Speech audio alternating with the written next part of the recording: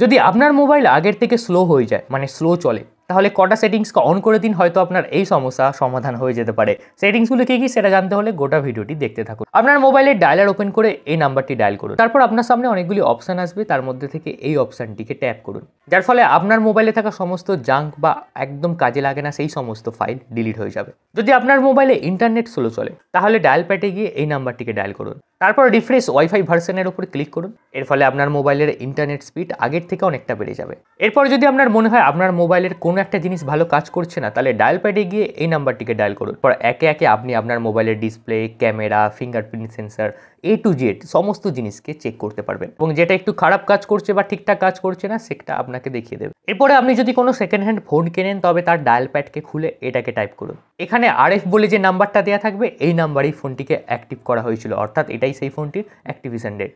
এবার দেখুন এই কোডগুলি সব ফোনে কিন্তু কাজ করে না। আপনি আপনার ফোনে কাজ হচ্ছে কিনা এখনই দেখুন এবং আমাকে কমেন্ট করে জানান। এছাড়া কোন ফোনে কাজ হচ্ছে না সেটাও কমেন্ট করে জানান, আমি সেই ফোনের জন্য আলাদা করে কোড দিয়ে ভিডিও বানাবো।